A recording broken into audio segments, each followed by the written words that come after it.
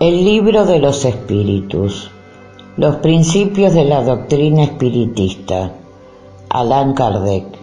Introducción. 7. Para muchas personas, la oposición de las corporaciones sabias es, si no una prueba, por lo menos una poderosa presunción en contra. No somos nosotros de los que gritamos contra los sabios, a ese, porque no queremos que se nos diga que damos coces al asno, sino que, por el contrario, los tenemos en mucha estima y nos creeríamos muy honrados siendo uno de ellos, pero no siempre puede ser su opinión un juicio irrevocable. Desde que la ciencia se emancipa de la observación material de los hechos, desde que se trata de explicarlos y apreciarlos, queda el campo abierto a las conjeturas y cada cual idea un sistema que quiere hacer prevalecer y sostiene con empeño. ¿No vemos todos los días preconizadas y rechazadas alternativamente las divergentes opiniones combatidas hoy como absurdos errores y mañana proclamadas como incontestables verdades? El verdadero criterio de nuestros juicios, el argumento sin réplica, son los hechos, en cuyo defecto debe ser la duda la opinión de los prudentes. En las cosas notorias, la opinión de los sabios es con justo título fehaciente, porque saben más y mejor que el vulgo. Pero en punto a principios nuevos y a cosas desconocidas, su modo de ver no pasa nunca de ser hipotético, porque no están más exentos que los otros de preocupaciones, y hasta me aventuro a decir que en mayor número las tiene quizás el sabio, puesto que una natural propensión le arrastra a subordinarlo todo el aspecto que ha profundizado. El matemático no admite otra prueba que la demostración algebraica. El químico lo refiere todo a la acción de los elementos, etc. El hombre que se ha dedicado a una especialidad encadena a ella todas sus ideas, y si le sacáis de su especialidad, raciocina mal con frecuencia, porque todo quiere someterlo al mismo crisol. Esto es consecuencia de la humana flaqueza. Consultaré, pues, de buen grado y confiadamente a un químico sobre una cuestión de análisis, a un físico sobre la potencia eléctrica y a un mecánico sobre la fuerza motriz, pero séame permitido, y esto sin rebajar el aprecio que merecen sus conocimientos especiales, de no valorar del mismo modo su opinión negativa en materia de espiritismo, como no estimo el parecer de un arquitecto en punto a música.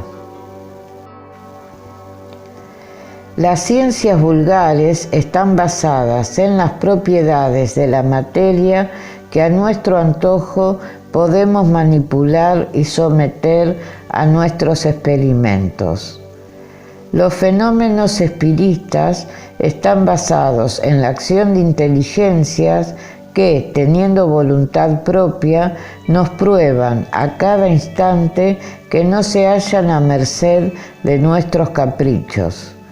No pueden, pues, observarse de la misma manera, sino que hemos de colocarnos en condiciones especiales y en distinto punto de vista, y querer someterlos a los procedimientos ordinarios de investigación es lo mismo que establecer analogías que no existen. La ciencia propiamente tal es, pues, incompetente como ciencia para fallar la cuestión del espiritismo. No ha de ocuparse de él y su juicio, cualquiera que sea, favorable o contrario, no puede tener importancia alguna. El espiritismo es resultado de una convicción personal que, como individuos, pueden abrigar los sabios, haciendo abstracción de su calidad de tales, pero someter esta cuestión a la ciencia valdría tanto como someter la existencia del alma a una asamblea de físicos o de astrónomos. En efecto, todo el espiritismo está contenido en la existencia del alma y en su estado después de la muerte, y es soberanamente ilógico creer que un hombre ha de ser un gran psicólogo porque es un gran matemático o un gran cirujano. Al disecar el cuerpo humano, el cirujano busca el alma, y porque no tropieza con ella su escalpelo, como con un nervio, o porque no la ve desprenderse como un gas, deduce que no existe. Mirando la cosa bajo el punto de vista exclusivamente material. ¿Quiere decir esto que tenga razón contra la opinión universal? No. Véase pues cómo el espiritismo no incumbe a la ciencia. Cuando las creencias espiritistas se hayan vulgarizado, cuando sean aceptadas por las masas y a juzgar por la rapidez con que se propagan, esa época no puede estar muy lejos, sucederá con esta como con todas las otras ideas nuevas que han encontrado oposición, y los sabios se rendirán a la evidencia. Hasta que ese tiempo no llegue, es introspectivo distraerlos de sus trabajos especiales para obligarles a que se ocupen de una materia ajena a sus atribuciones y a su programa.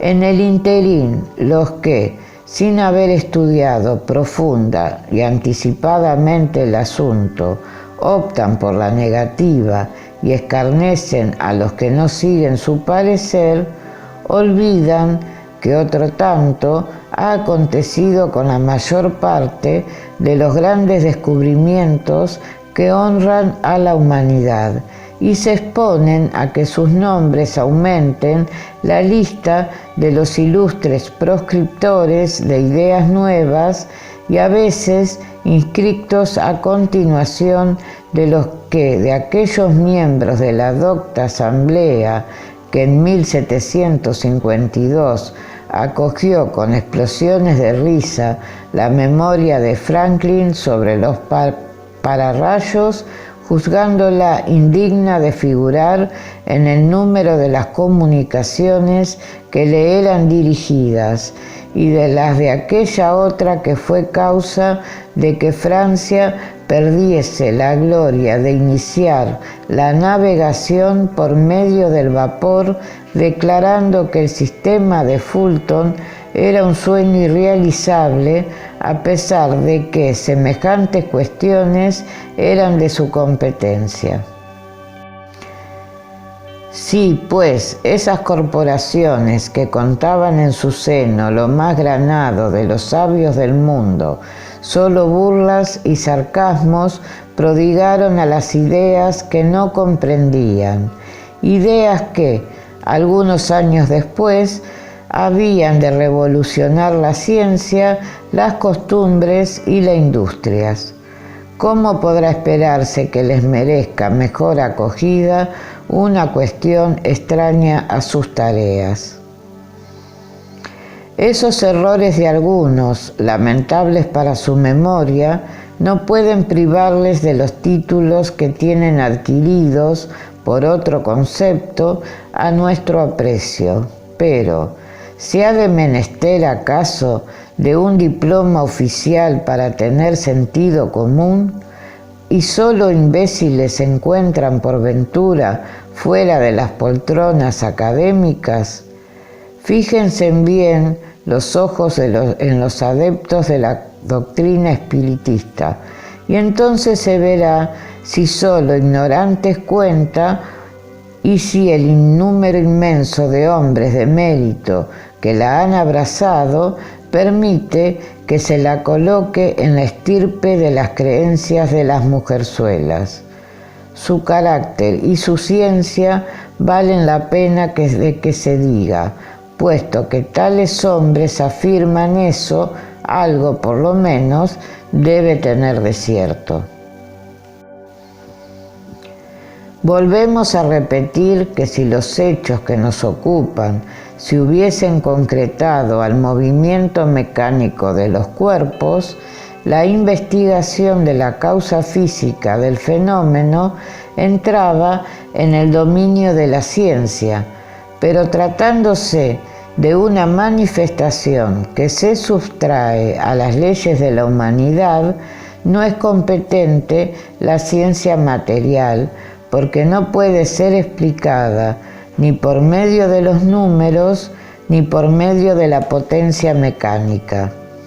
Cuando surge un nuevo hecho que no se desprende de ninguna de las ciencias conocidas, el sabio debe, para estudiarlo, hacer abstracción de su ciencia y convencerse de que constituye para él un nuevo estudio que no puede hacerse con ideas ya preconcebidas.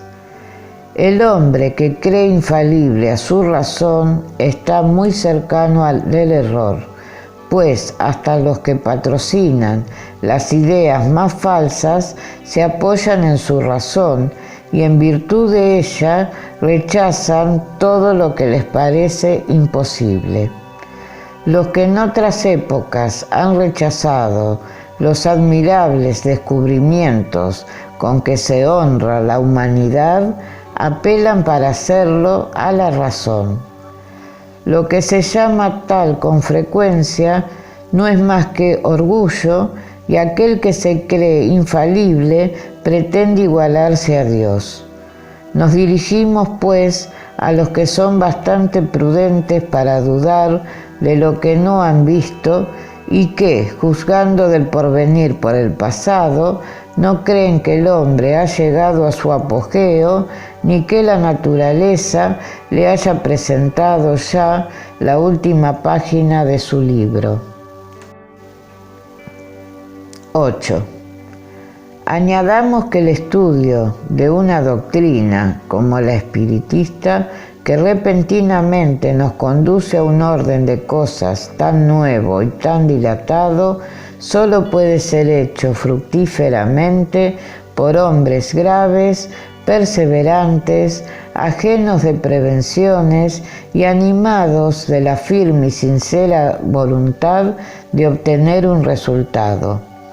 No podemos dar estos calificativos a los que juzgan a priori, ligeramente y sin haberlo visto todo, no observando en sus estudios la hilación, la regularidad y el recogimiento necesarios, y menos aún podemos darlos a ciertas personas que, para no desmentir su reputación de chistosos, se esfuerzan en encontrar un lado burlesco a las cosas más verdaderas o refutadas, tales por individuos cuya ciencia, carácter y convicciones tienen derecho a la consideración de todo el que se precie de saber vivir en sociedad. Repórtense, pues, aquellos que juzgan los hechos indignos de ellos y de su atención, y puesto que nadie piensa en violar sus creencias, respete asimismo las de los otros. Lo que caracteriza de serio a un estudio es la perseverancia en él. ¿Debe nadie admirarse de no obtener con frecuencia respuesta alguna formal a preguntas graves en sí mismas cuando son hechas al acaso y lanzadas a quemarropa en medio de una multitud de preguntas impertinentes? Una pregunta, por otra parte, es a menudo compleja y requiere para su aclaración otras preliminares o complementarias. Todo el que quiera adquirir una ciencia debe estudiarla metódicamente, empezar por el principio y proseguir el encadenamiento y desarrollo de las ideas. El que dirigiese al acaso a un sabio una pregunta sobre una ciencia de la que ignora los primeros rudimentos, ¿habrá adelantado algo en ella? ¿Y podrá el sabio, a pesar de su buena voluntad, darle una respuesta satisfactoria? Esta respuesta aislada será, por fuerza, incompleta e ininteligible. Con frecuencia podrá parecer absurda y contradictoria. Lo mismo sucede exactamente en las relaciones que establecemos con los espíritus. Si alguien quiere instruirse en su escuela, es preciso seguir un curso con ellos, pero como acontece entre nosotros, es necesario escoger sus profesores y trabajar con asiduidad. Hemos dicho que los espíritus superiores no concurren a más reuniones que a las graves, y sobre todo a aquellas en que reina una perfecta comunidad de pensamientos y sentimientos encaminados al bien. La ligereza y las preguntas inútiles los alejan, como alejan a las personas razonables, quedando entonces el campo libre a la turba de espíritus mentirosos y frívolos que siempre atisban las ocasiones de burlarse de nosotros y de divertirse a expensas nuestras. ¿Qué resultado puede dar una pregunta seria en semejante reunión? Será contestada, ¿pero por quién? ¿Valdría tanto hacerla como en medio de una reunión de buen humor deja caer estas preguntas? ¿Qué es el alma? ¿Qué la muerte? ¿U otras lindezas por el estilo? Si queréis respuestas graves, sed graves en toda la acepción de la palabra y colocaos en las condiciones indispensables que sólo entonces obtendréis comunicaciones notables. Sed de los más laboriosos y perseverantes en vuestros estudios, sin lo cual os abandonarán los espíritus superiores, como hace el profesor con los discípulos desaplicados. 9. Siendo un hecho demostrado el movimiento de los objetos, la cuestión se reduce a saber si es o no una manifestación inteligente, y en caso afirmativo, ¿cuál es el origen de esa manifestación?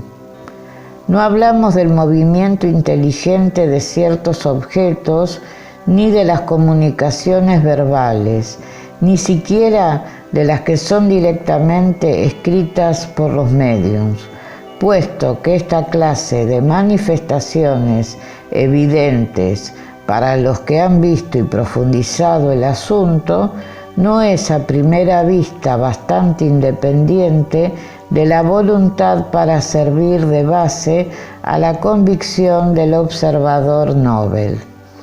No hablaremos, pues, más que de los escritos obtenidos con la ayuda de un objeto cualquiera provisto de un lápiz, tales como una cestita, una tablita, etc., puesto que la colocación de los dedos del médium hace inútil, como tenemos dicho, la más consumada habilidad de participar de un modo cualquiera en el trazado de los caracteres. Pero admitamos aún que por una destreza maravillosa pueda burlarse la vista más escudriñadora. ¿Cómo podrá explicarse la naturaleza de las contestaciones cuando son superiores a todas las ideas y conocimientos del médium?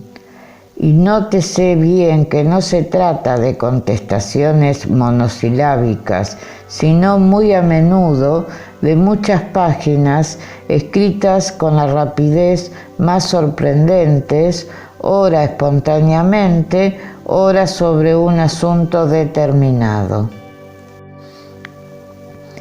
De la mano del médium más ignorante en literatura, brotan a veces poesías de sublimidad y pureza irreprochables, que no desaprobarían los mejores poetas humanos, y lo que más aumenta la extrañeza de semejante hecho es que se producen en todas partes y que los médium se multiplican hasta lo infinito.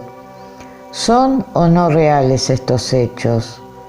Solo una cosa respondemos: ved y observad, pues no os faltarán ocasiones, pero sobre todo observad a menudo, mucho y en las condiciones indispensables. ¿Qué responden a la evidencia los impugnadores? Sois, dicen, víctimas del charlatanismo o juguete de una ilusión. Diremos ante todo que, cuando no se trata de sacar provecho, es preciso prescindir de la palabra charlatanismo, ya que los charlatanes no trabajan gratis. Esto sería una mistificación a lo más. Pero, ¿por qué extraña coincidencia habrá llegado esos mistificadores a ponerse de acuerdo del uno al otro extremo del mundo a fin de obrar de la misma manera, de producir los mismos efectos y de dar sobre los mismos asuntos y en diversos idiomas respuestas idénticas, si no por palabras, o lo menos por el sentido? ¿Cómo y con qué objetos se prestarían a semejantes artimañas personas graves, formales, honradas e instruidas? ¿Cómo explicar la paciencia y la habilidad necesaria en los niños? Porque si los médiums no son instrumentos pasivos, les son precisos habilidad y conocimientos incompatibles con ciertas edades y posiciones sociales. Dícese que si no existe superchería, todos podemos ser juguetes de una ilusión. En buena lógica siempre tiene cierta trascendencia la calidad de los testigos, y en este caso preguntamos si la doctrina espiritista, que cuenta hoy millones de adeptos, los tiene solamente entre los ignorantes. Son tan extraordinarios los fenómenos en que se apoya que concebimos la duda, pero lo que no puede admitirse es la pretensión de ciertos incrédulos monopolizadores del sentido común, quienes, sin respeto a la posición social o valor moral de sus adversarios, tachan sin miramiento de imbéciles a todos los que no siguen su dictamen.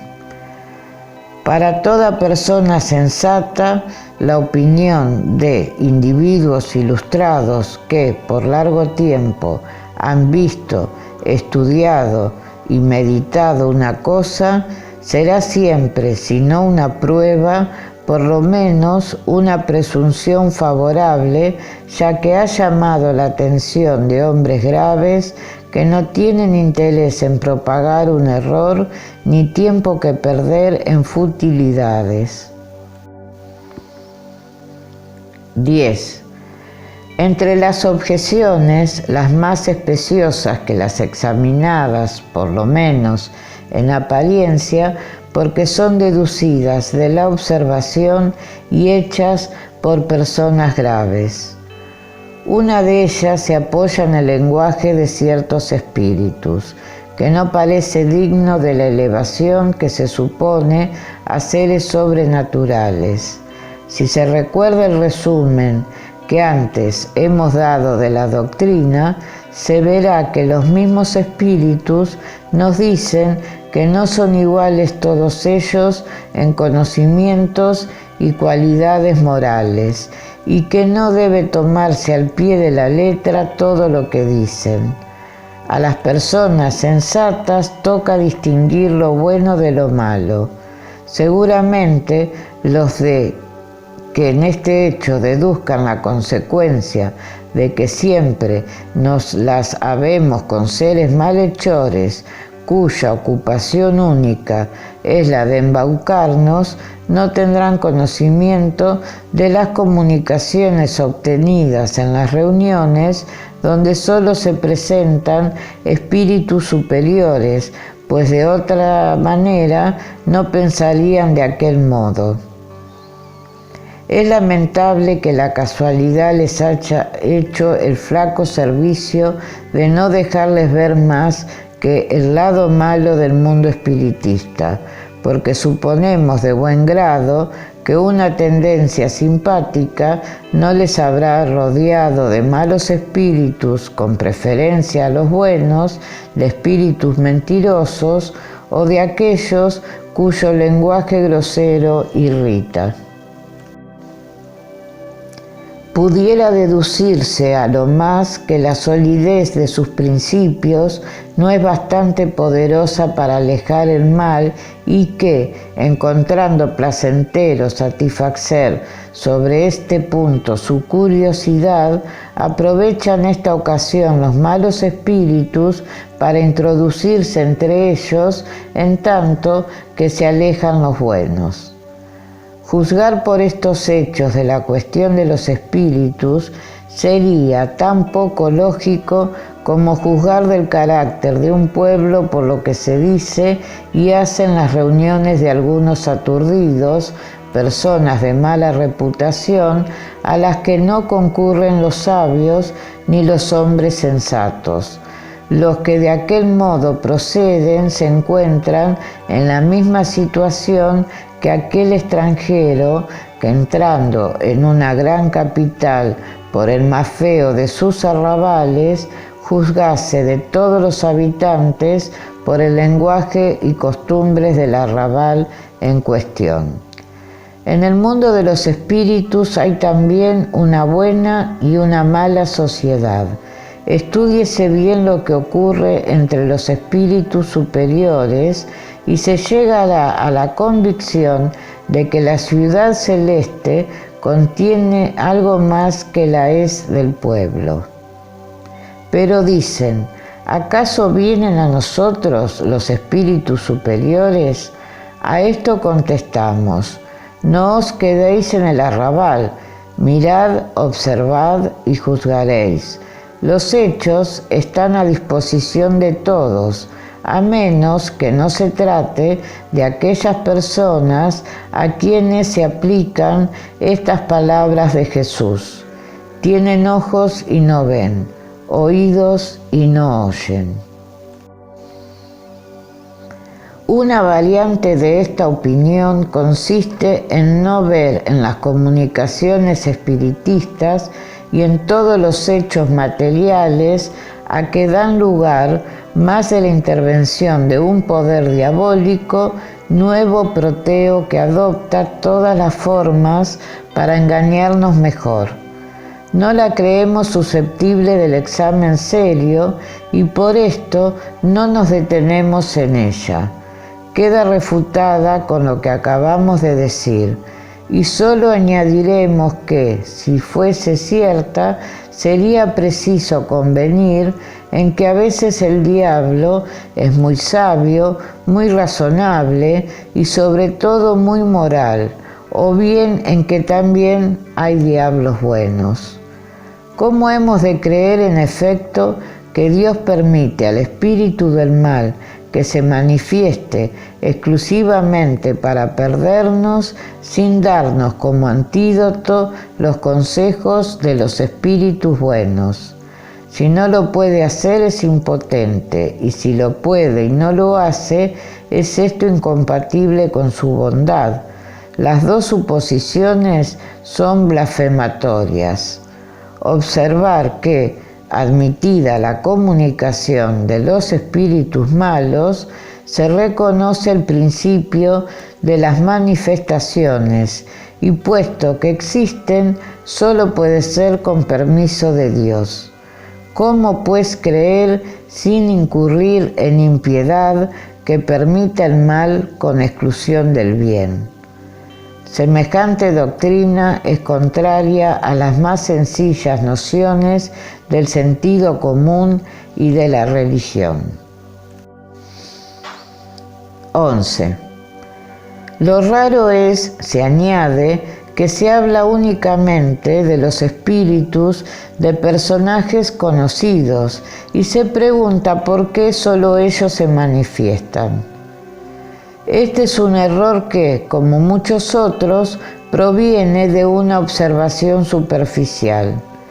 Entre los espíritus que espontáneamente se manifiestan, mayor es el número de los desconocidos para nosotros que el de los ilustres que se dan a conocer con un nombre cualquiera y a menudo con un alegórico o característico. Respecto de los que se evocan, a menos que no se trate de un pariente o amigo, es muy natural que nos dirijamos antes a los que conocemos que a los que nos son desconocidos, y llamando mucho más la atención el nombre de los personajes ilustres, son más notados que los otros. Encuéntrase también raro que los espíritus de hombres eminentes acudan familiarmente a la evocación y que se ocupen a veces de cosas sin importancia en comparación con las que realizaron durante su vida. Pero nada admirable es esto para los que saben que el poder o consideración de que disfrutaron en la tierra semejantes hombres no les da supremacía alguna en el mundo espiritista. Los espíritus confirman en este punto las siguientes palabras del Evangelio: los grandes serán humillados y los pequeños ensalzados, lo cual debe entenderse del lugar que entre ellos ocupará cada uno de nosotros. Y así es como el que fue primero en la tierra puede encontrarse que es el último entre ellos, como aquel ante quien bajábamos la cabeza durante su vida puede venir a nosotros como el más humilde artesano, porque al morir dejó toda su grandeza, y como el más poderoso monarca puede hallarse en puesto inferior al del último de sus vasallos. 12. Es un hecho demostrado por la observación y confirmado por los mismos espíritus que los inferiores usurpan a menudo nombres conocidos y venerados. ¿Quién puede pues asegurarnos que los que dicen haber sido Sócrates, Julio César, Carlomagno, Fenelón, Napoleón, Washington, etc., han animado realmente a estos personajes? Semejante duda asalta a ciertos adeptos muy fervientes de la doctrina espiritista que admiten la intervención y manifestación de que su identidad puede tenerse.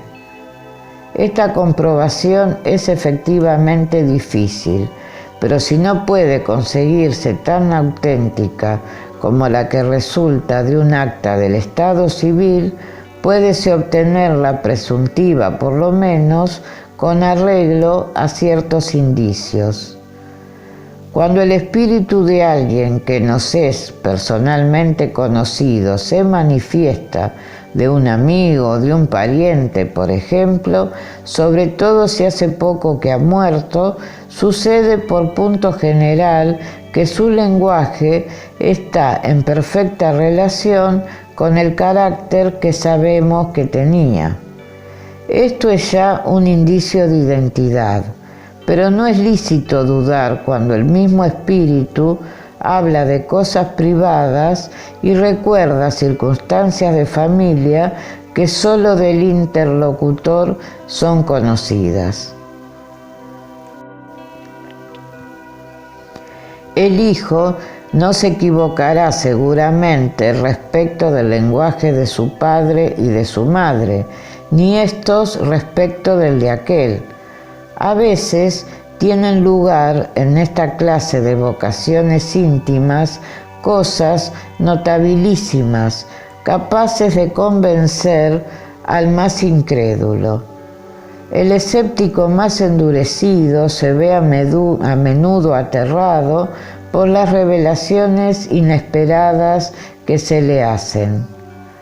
Otra circunstancia muy característica viene a apoyar la identidad. Hemos dicho que el carácter de letra del médium cambia generalmente con el espíritu evocado y que se reproduce el mismo carácter siempre que se presenta el mismo espíritu. Se ha notado muchas veces que, sobre todo en las personas muertas de poco tiempo con respecto a la evocación, el carácter de letra tiene una semejanza visible como el de la misma persona durante la vida y se han obtenido firmas de exactitud perfecta. Estamos, sin embargo, muy lejos de dar este hecho como regla y mucho menos como costumbre, sino que lo mencionamos como digno de notarse. Solo los espíritus que han llegado a cierto grado de purificación están libres de las influencias corporales, pero hasta que no están completamente desmaterializados, esta es la expresión que ellos mismos emplean, conservan la mayor parte de las ideas, de las inclinaciones y hasta de las manías que tenían en la tierra, lo cual es también un medio de reconocimiento. Pero estos se hallan sobre todo en una multitud de pormenores que solo la observación atenta y prolongada puede revelar. Se ven escritores discutiendo sus propias obras o doctrinas y aprobar o condenar parte de ellas, y a otros espíritus recordar situaciones ignoradas o poco conocidas de su vida o muerte, cosas todas que, por lo menos, son pruebas morales de identidad únicas que pueden invocarse en punto a hechos abstractos.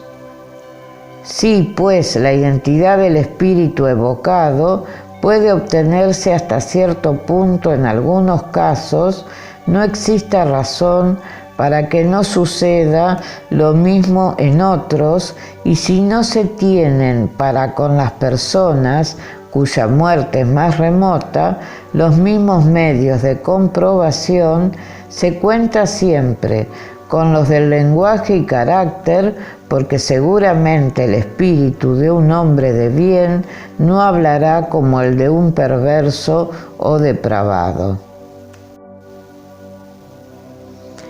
En cuanto a los espíritus que se adoman con nombres respetables, muy pronto se hacen traición por su lenguaje y por sus máximas, y así el que, por ejemplo, se llama Fenelón, si desmintiese, aunque accidentalmente, el sentido común y la moral, patentizaría por este solo hecho la superchería.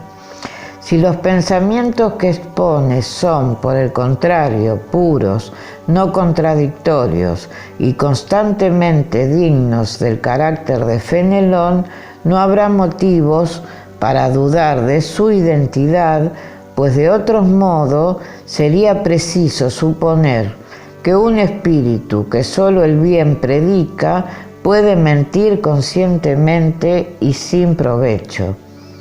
La experiencia nos enseña que los espíritus del mismo grado, el mismo carácter y que están animados de los mismos sentimientos, se reúnen en grupos y familias. El número de los espíritus es inconcebible y lejos estamos de conocerlos a todos, careciendo hasta de nombre para nosotros la mayor parte.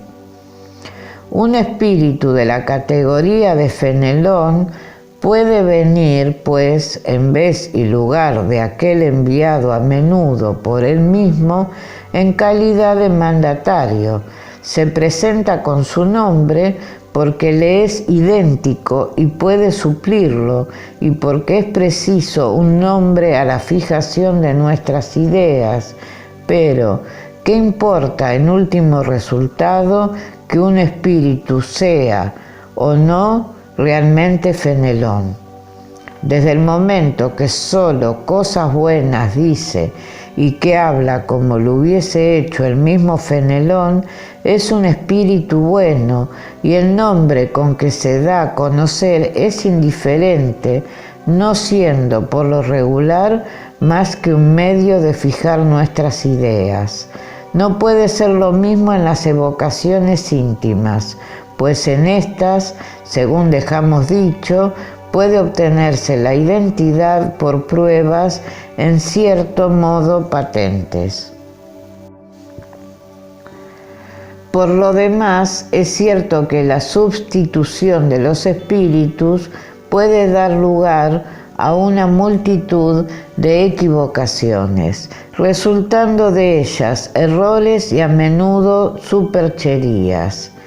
Esta es una de las dificultades del espiritismo práctico, pero nunca hemos dicho que la ciencia espiritista fuese fácil, ni que se la pueda alcanzar bromeando, siendo en este punto igual a otra ciencia cualquiera.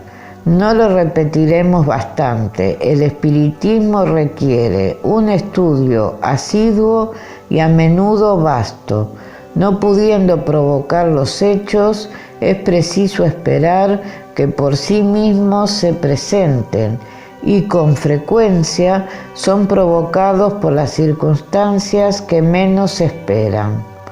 Para el observador atento y paciente abundan los hechos, porque descubre millares de matices característicos que son para él rayos luminosos. Otro tanto sucede en las ciencias vulgares, pues mientras que el hombre superficial no ve de la flor más que la forma elegante, el sabio descubre tesoros para el pensamiento. 13.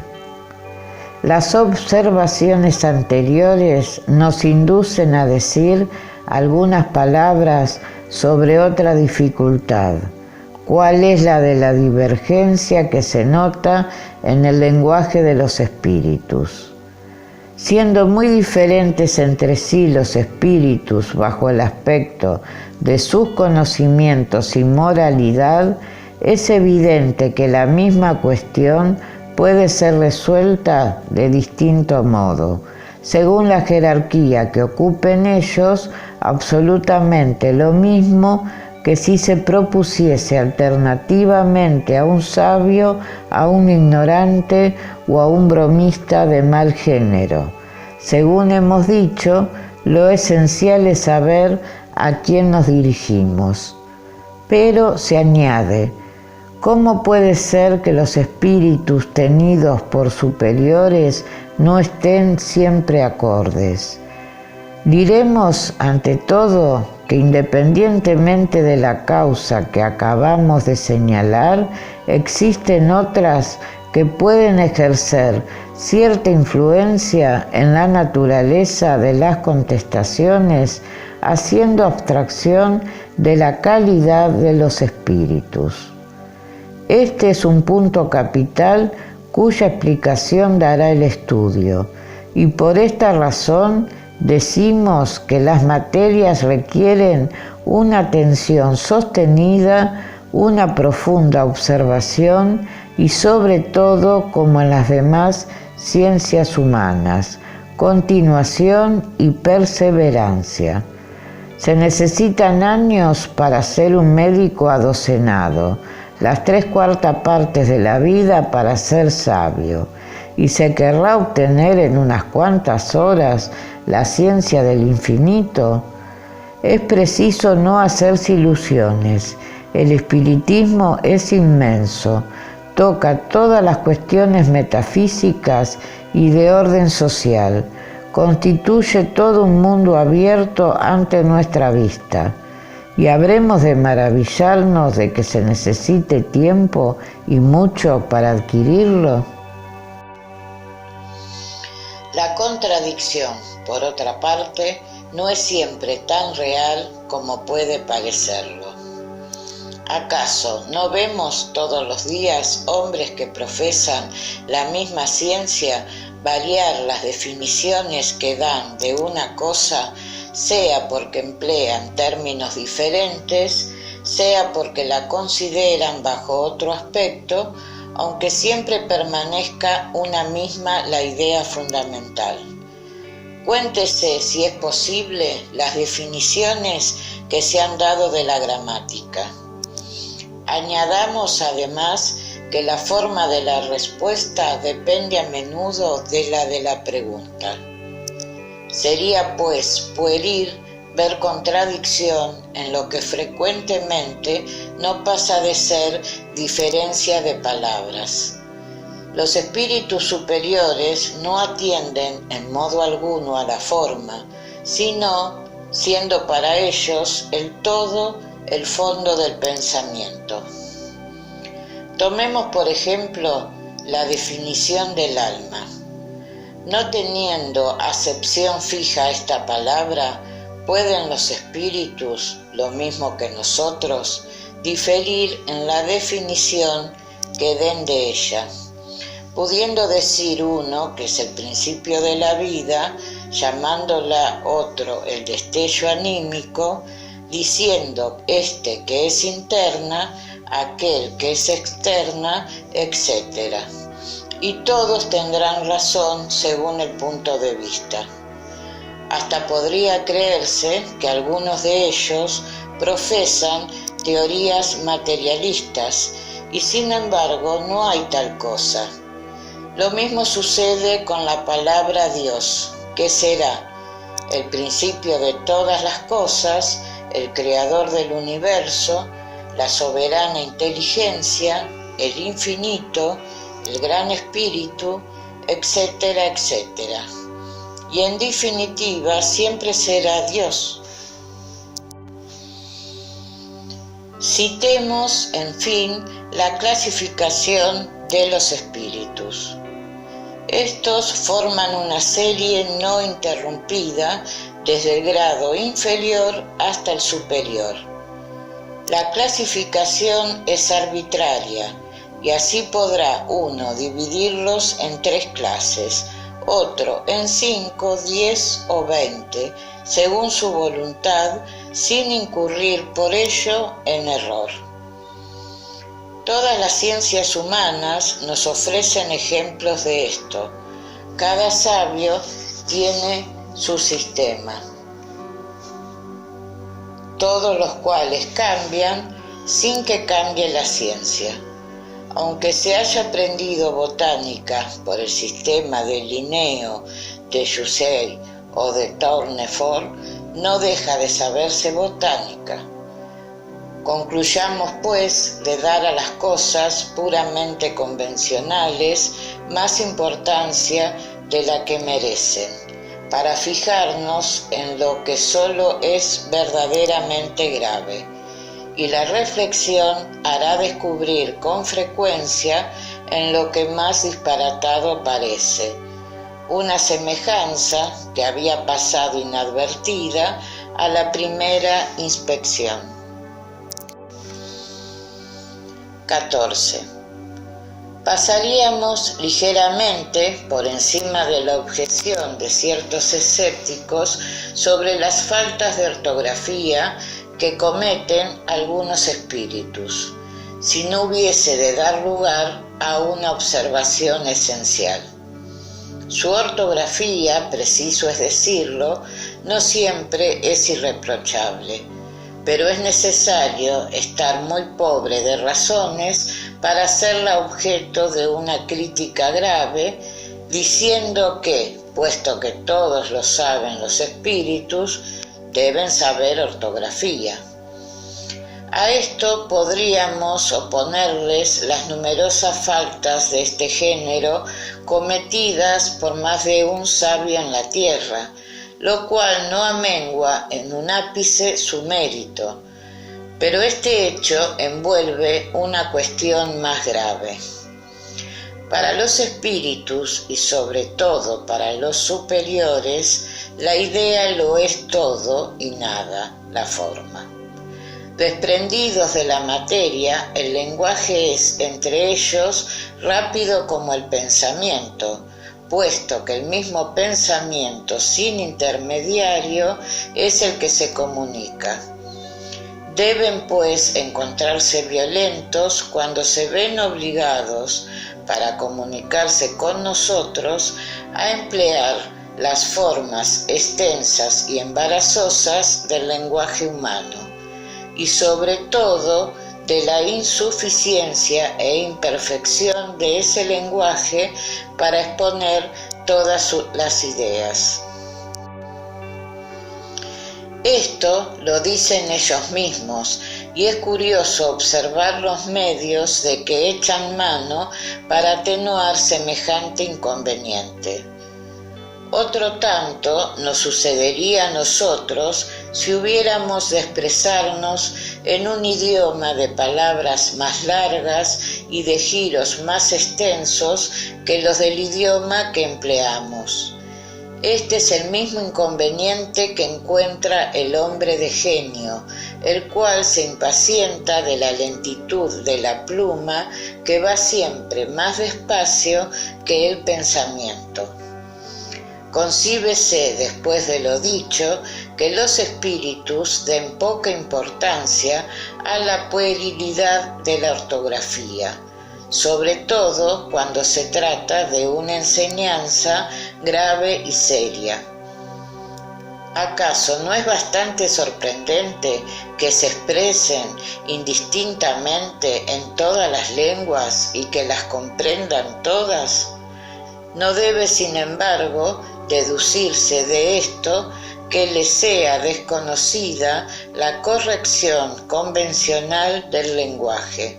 Antes, por el contrario, la observan cuando es necesaria. Y así, por ejemplo, las poesías dictadas por ellos desafían a menudo la crítica del más meticuloso purista, a pesar de la ignorancia del medio. 15. Hay gentes que ven peligros en todas partes y en todo lo que no conocen. Gentes que no dejan de deducir consecuencias desfavorables del hecho de que ciertas personas, dadas a estos estudios, han perdido la razón. Pero, ¿qué hombre sensato podrá ver en esta una objeción grave? ¿No sucede lo mismo con todas las preocupaciones intelectuales respecto de cerebros débiles? ¿Se sabe acaso el número de locos y maniáticos producidos por los estudios matemáticos, médicos, musicales, filosóficos y otros? ¿Debemos por esto anatematizar esos estudios? ¿Qué prueban semejantes hechos? En los trabajos corporales nos estropeamos los brazos y las piernas, instrumentos de la acción material, y en los trabajos intelectuales nos estropeamos el cerebro, instrumento del pensamiento. Pero si se rompe el instrumento, no sucede lo mismo al espíritu, y desprendido de la materia, no deja de disfrutar por ello de la plenitud de sus facultades. En su género y como hombre es un mártir del trabajo. Todas las grandes preocupaciones del espíritu pueden ocasionar la locura. Las ciencias, las artes y hasta la religión aprontan su contingente. La locura reconoce como causa primordial una predisposición orgánica del cerebro que le hace más o menos accesible a ciertas impresiones. Dada una predisposición a la locura, esta tomará carácter de la preocupación principal, que entonces se convierte en idea fija. Esta idea fija podrá ser la de los espíritus, en quien de ellos se haya ocupado, como la de Dios, la de los ángeles, del diablo, de la fortuna, del poder, de un arte, de una ciencia, de la maternidad o de un sistema político o social. Es probable que el loco religioso lo hubiese sido también espiritista, y el espiritismo hubiera sido su preocupación dominante, como el loco espiritista hubiera sido por otro concepto, según las circunstancias. Digo, pues, que en este particular no disfruta de ningún privilegio el espiritismo, pero digo más aún, y es que, bien comprendido, es un preservativo de la locura. Entre las más numerosas causas de la sobreexcitación cerebral es preciso contar los desengaños, las desgracias y los afectos contrarios, que son también las más frecuentes causas de suicidio. Pues bien, el verdadero espiritista ve las cosas de este mundo desde un punto tan elevado, le parecen tan pequeñas y mezquinas comparadas con el porvenir que espera. La vida es para él tan corta, tan fugitiva, que a sus ojos las tribulaciones no son más que incidentes desagradables de un viaje. Lo que produciría a otro una violenta emoción le afecta medianamente, y sabe además que los pesares de la vida son pruebas que favorecen su progreso si las sufre sin murmurar, porque será recompensado con arreglo al valor con que las haya soportado. Sus convicciones le dan, pues, una resignación que le preserva de la desesperación y por lo tanto de una causa incesante de locura y de suicidio. Sabe además, por el espectáculo que le ofrecen las comunicaciones con los espíritus, la suerte de los que voluntariamente abrevian sus días, y este cuadro es bastante perfecto para hacerle reflexionar, de modo que es considerable el número de los que han sido detenidos por el espiritismo en esta funesta pendiente. Este es uno de los resultados. Ríanse de él tanto como quieran los incrédulos, que yo me limito a desearles los consuelos que ha proporcionado a todos los que se han tomado el trabajo de sondear sus misteriosas profundidades. En el número de las causas de locura ha de incluirse también el terror, y el del diablo ha trastornado más de un cerebro.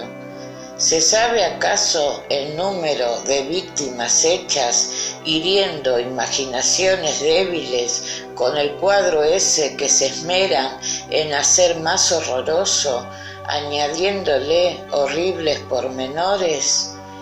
El diablo, se dice, no espanta más que a los niños, es una cortapisa para conseguir que sean dóciles. Ciertamente, lo mismo que el coco y el búho, y cuando no le tienen ya miedo, son peores que antes. y para obtener tan hermoso resultado no se tiene en cuenta el número de epilepsias causadas a consecuencia del trastorno de un cerebro delicado. Sería muy débil la religión si por no poder intimidar pudiese ver comprometido su poderío. Tiene, afortunadamente, otros medios de obrar sobre las almas, y el espiritismo se las proporciona más eficaces y graves si sabe aprovecharlos. Demostrando la realidad de las cosas, neutraliza los funestos efectos del temor exagerado. 16. Dos objeciones nos quedan por examinar, las únicas que verdaderamente merecen tal nombre, porque están basadas en teorías razonables. La una y la otra admiten la realidad de todos los fenómenos materiales y morales, pero excluyen la intervención de los espíritus. Según la primera de estas teorías, todas las manifestaciones atribuidas a los espíritus no son más que efectos magnéticos. Los médium están en un estado que pueden llamarse sonambulismo despierto, de cuyo fenómeno ha podido ser testigo todo el que haya estudiado el magnetismo. En este estado, las facultades intelectuales adquieren un desarrollo anormal y el círculo de las percepciones intuitivas traspasa los límites de nuestra concepción ordinaria. El médium, por consiguiente, toma en sí mismo y a causa de su lucidez todo lo que dice y todas las nociones que transmite, hasta sobre las cosas que más desconocidas le son en su estado normal. No seremos nosotros quienes pongamos en tela de juicio el poder del sonambulismo, cuyos prodigios hemos visto y cuyas fases hemos estudiado por espacio de más de 35 años. Y convenimos en que, en efecto, muchas manifestaciones espiritistas pueden explicarse por este medio, pero una observación sostenida y atenta pone de manifiesto una multitud de hechos en que la intervención del médium fuera de la de instrumento pasivo es materialmente imposible. A los que participan de esta opinión les diremos como a otros: mirad y observad, porque seguramente no lo habéis visto todo. Y enseguida les oponemos dos consideraciones sacadas de su propia doctrina. ¿De dónde ha venido la teoría espiritista? ¿Es acaso algún sistema imaginado por ciertos hombres para explicar los hechos? De ninguna manera. ¿Quién la ha revelado, pues? Precisamente esos mismos médiums cuya lucidez encomiáis. Si, pues, la lucidez es tal como vosotros la suponéis, ¿por qué habían de atribuir a los espíritus lo que en sí mismos habían tomado? ¿Cómo habrían dado esas reseñas tan precisas, tan lógicas y sublimes acerca de la naturaleza de aquellas inteligencias extrahumanas? Una de dos: o son lúcidas o no lo son. Si lo son y se tiene confianza en su veracidad, no se puede admitir sin contradecirse que no digan la verdad.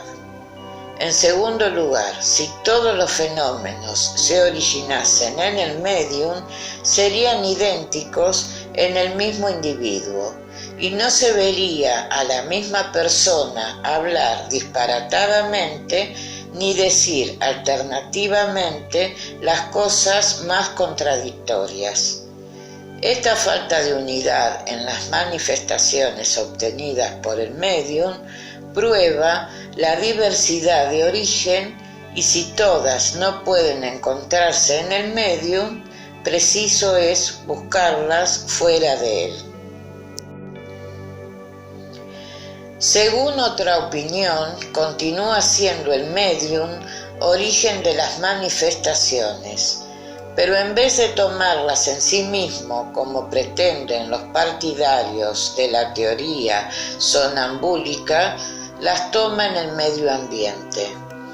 El médium será en este caso una especie de espejo que refleja todas las ideas, todos los pensamientos y conocimientos de las personas que le rodean, y nada dice que no sea conocido de algunos, por lo menos, de los concurrentes. No se puede negar, y esto es uno de los principios de la doctrina, la influencia que ejercen los asistentes en la naturaleza de las comunicaciones, pero es muy distinta de la que se supone y de lo que dejamos dicho a la opinión de que el médium sea eco de aquellos.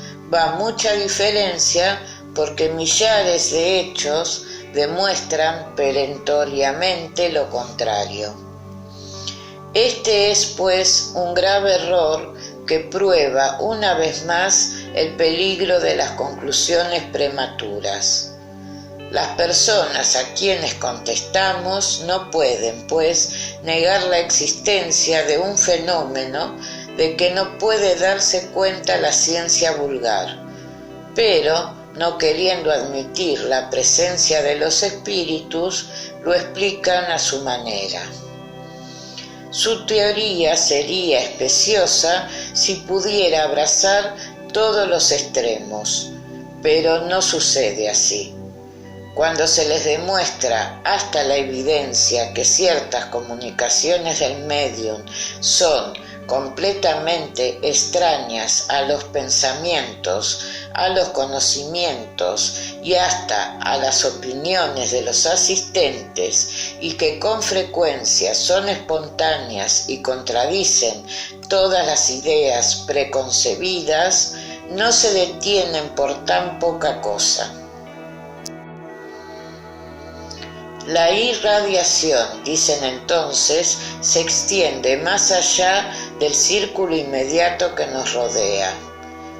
El médium es reflejo de toda la humanidad, de modo que no toma sus inspiraciones de las personas circunvecinas, sino que va a buscarlas más lejos, a la ciudad en que se encuentra, a la comarca, por todo el globo y hasta a las otras esferas. Creo que no se encontrará en esta teoría una explicación más sencilla y más probable que la del espiritismo, porque dicha teoría supone una causa mucho más maravillosa. La idea de que algunos seres que pueblan el espacio y que, estando en contacto permanente con nosotros, nos comunican sus pensamientos, nada tiene que choque más con la razón que la suposición de esa irradiación universal que, procediendo de todos los puntos del universo, se concentra en el cerebro de un solo individuo.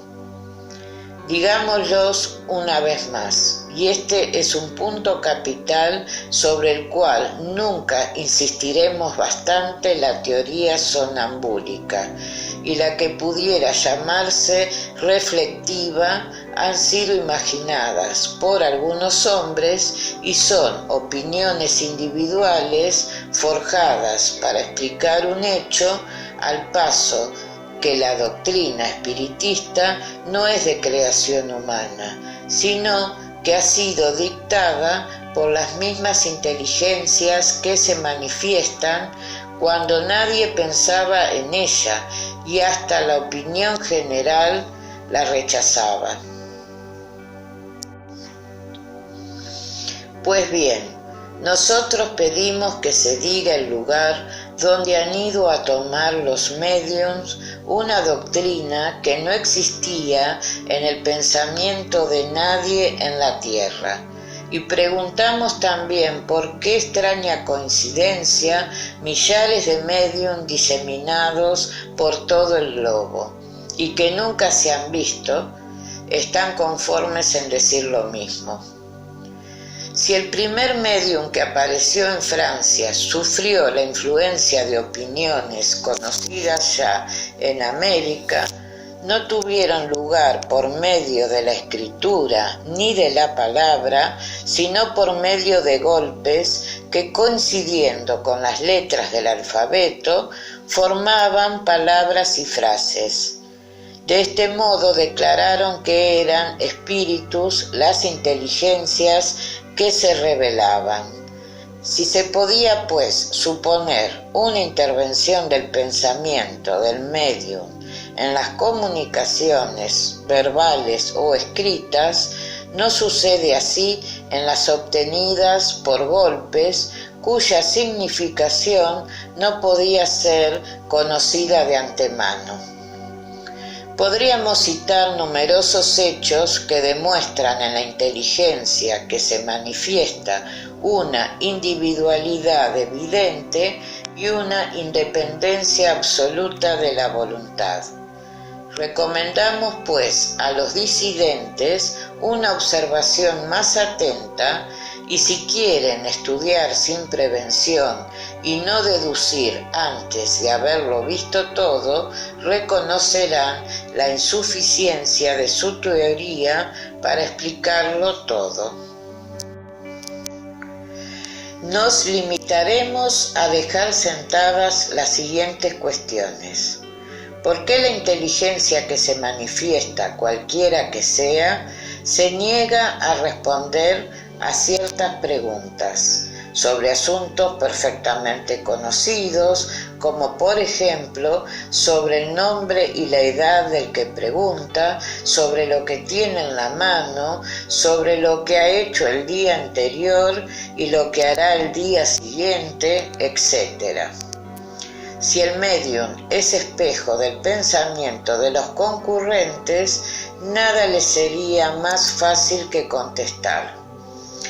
Los adversarios reargüyen preguntando a su vez por qué los espíritus, que deben saberlo todo, no pueden decir cosas tan sencillas. Apoyan el argumento en el axioma. Quien puede lo más, puede lo menos, y de ahí deducen que no hay tales espíritus. Si un ignorante o bromista de mal género se presentase ante una corporación sabia y preguntase, por ejemplo, ¿por qué es de día a la hora del mediodía?, ¿creerá nadie que aquella se tomará el trabajo de contestar? Y sería lógico deducir de su silencio o de la burla con que recibiría el preguntador que sus miembros son unos borricos. Pues precisamente porque son superiores no responden los espíritus a preguntas ociosas o ridículas, ni quieren ser puestos en berlina. Por esta razón se callan o manda que se ocupen de cosas más graves. Preguntamos por último, ¿por qué los espíritus vienen y se van en momentos dados y por qué, pasados estos, no valen ruegos ni súplicas para traerlos nuevamente? Si solo por el impulso mental de los asistentes obrase el medium, es evidente que, en circunstancias semejantes, el concurso de todas las voluntades reunidas debería estimular su perspicacia. Si no cede, pues, al deseo de la reunión, corroborado por su propia voluntad, es porque obedece a una influencia extraña a él y a los que le rodean, y porque aquella influencia demuestra de tal modo su independencia e individualidad. 17. El escepticismo en punto a espiritismo, cuando no es fruto de una oposición sistemáticamente interesada, reconoce casi siempre como origen un conocimiento incompleto de los hechos, lo que no obstante a que ciertas gentes resuelvan la cuestión como si la conociesen a fondo. Puede tenerse mucho ingenio y hasta instrucción y carecerse de raciocinio, siendo el primer indicio de este defecto el creer infalible su juicio. Muchas personas también no ven en las manifestaciones espiritistas más que un objeto de curiosidad, pero confiamos que, mediante la lectura de este libro, verán en esos extraños fenómenos algo más que un simple pensamiento. Dos partes comprende la ciencia espiritista. Una experimental, que versa sobre las manifestaciones en general, otra filosófica, que comprende las manifestaciones inteligentes. El que no haya observado más que la primera se encuentra en la posición de aquel que no conoce la física más que por experimentos recreativos sin haber penetrado en el fondo de la ciencia. La verdadera doctrina espiritista consiste en la enseñanza dada por los espíritus y los conocimientos de que es susceptible esta enseñanza son demasiado graves para poderse obtener de otro modo que por el estudio serio y continuado, hecho en el silencio y recogimiento, porque solamente en tales condiciones puede observarse un número infinito de hechos y matices que pasan inadvertidos al observador superficial y que permiten la adquisición de una opinión fundada. Aunque este libro no produjese otro resultado que el de indicar el lado grave de la cuestión y provocar estudios en este sentido, sería ya bastante, y nos regocijaríamos de haber sido elegidos para realizar una obra de la cual no pretendemos, por otra parte, hacernos ningún mérito personal, puesto que los principios que contiene no son creación nuestra. Todo el mérito se debe, pues, a los espíritus que lo han dictado. Esperamos que producirá otro resultado, y es el de guiar a los hombres serios que deseen instruirse, haciéndolos ver en estos estudios un fin grande y sublime, el del progreso individual y social, y el de indicarles el camino que deben seguir para alcanzarlo. Concluyamos con una consideración final. Los astrónomos, al sondear los espacios, han encontrado en el reparto de los cuerpos celestes claros injustificados y en desacuerdo con las leyes del conjunto, y han supuesto que estos claros estaban ocupados por mundos invisibles a sus miradas. Han observado, por otra parte, ciertos efectos cuya causa les era desconocida y se han dicho: ahí debe haber un mundo, porque ese vacío no puede existir, y esos efectos deben tener una causa.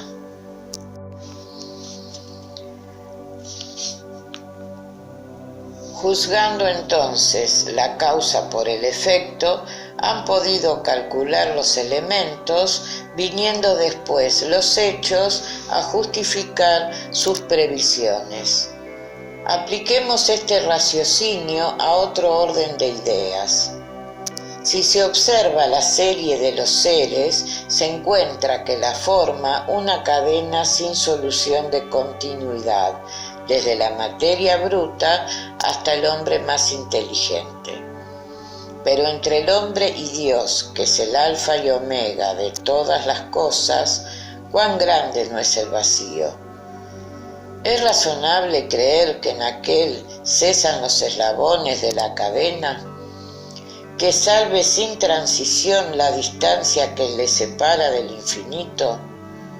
La razón nos dice que entre el hombre y Dios debe haber otros grados, como dijo a los astrónomos que entre los mundos conocidos debía haber muchos desconocidos.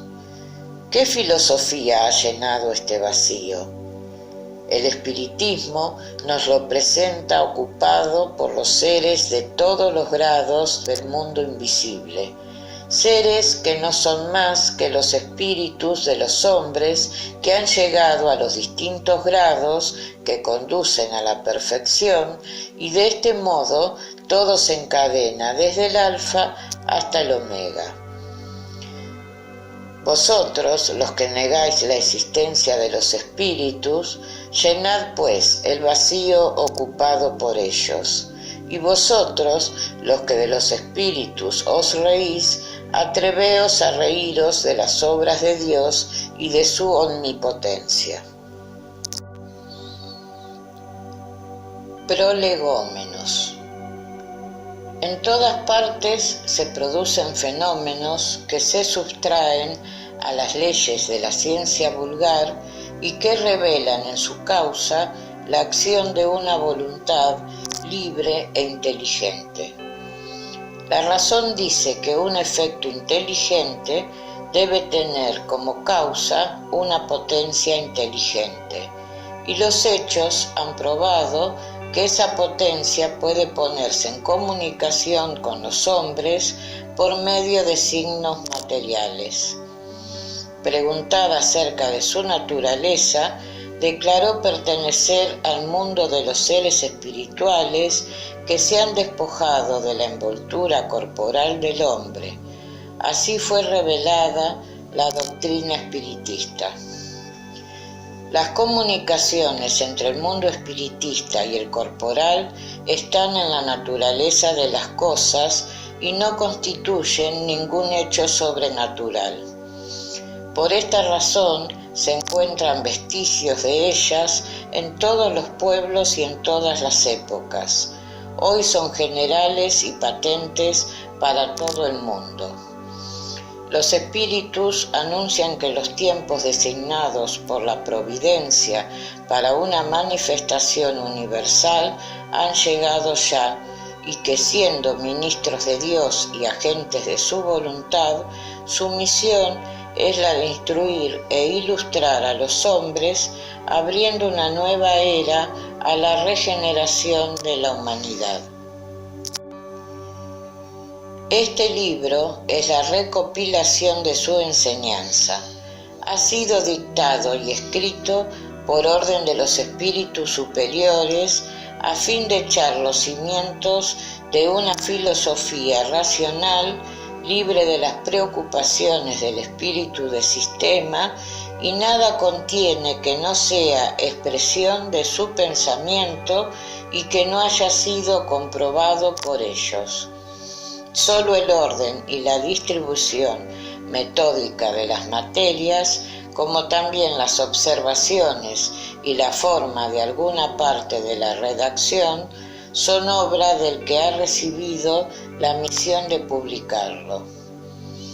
Entre los espíritus que han concurrido a la elaboración de esta obra, muchos han vivido en épocas diversas en la tierra, donde han predicado y practicado la virtud y la sabiduría. Otros no pertenecen por sus nombres a ningún personaje cuyo recuerdo haya conservado la historia, pero su elevación queda atestiguada por la pureza de su doctrina y por su unión con los que llevan nombres venerados. He aquí los términos en que, por escrito y por conducto de muchos médiums, dieron la misión de escribir este libro. Ocúpate con celo y perseverancia del trabajo que has emprendido con nuestro concurso. porque este trabajo es nuestro. En él hemos sentado las bases del nuevo edificio que se levanta y que debe un día unir a todos los hombres en un mismo sentimiento de amor y caridad. Pero antes de divulgarlo, lo repasaremos juntos para comprobar todos sus pormenores. Estaremos contigo siempre que lo solicites para ayudarte en los trabajos, porque esta no es más que una parte de la misión que te ha sido confiada y revelada ya por uno de nosotros. De los conocimientos que se te dan, los hay que debes reservar para ti solo hasta nueva orden, y ya te indicaremos nosotros cuando llegue el momento de publicarlos. Entre tanto, medítalos para que estés preparado cuando te indiquemos el momento. Pondrás a la cabecera del libro la cepa de vid que te hemos dibujado, porque es emblema del trabajo del Creador, encontrándose reunidos en ella todos los principios materiales que mejor pueden representar el cuerpo y el espíritu. La cepa es el cuerpo, el licor el espíritu, y el alma o espíritu unido a la materia es el grano. El hombre purifica el espíritu por medio del trabajo, y ya sabes que solo con el trabajo del cuerpo adquiere conocimientos el espíritu. No te acobardes por la crítica. Encontrarás impugnadores encarnizados, sobre todo entre las gentes interesadas en conservar los abusos. Hasta los encontrarás entre los espíritus, porque los que no están suficientemente desmaterializados procuran con frecuencia sembrar dudas por malicia o por ignorancia. Pero adelante siempre, cree en Dios y camina con confianza. Estaremos contigo para sostenerte y está próximo el tiempo en que surgirá de todas partes la verdad. La vanidad de ciertos hombres que creen saberlo todo y todo quieren explicarlo a su modo, originará opiniones disidentes. Pero todos los que tengan presente el gran principio de Jesús se confundirán en el mismo sentimiento de amor y del bien, y se unirán con un lazo fraternal que abarcará a todo el mundo.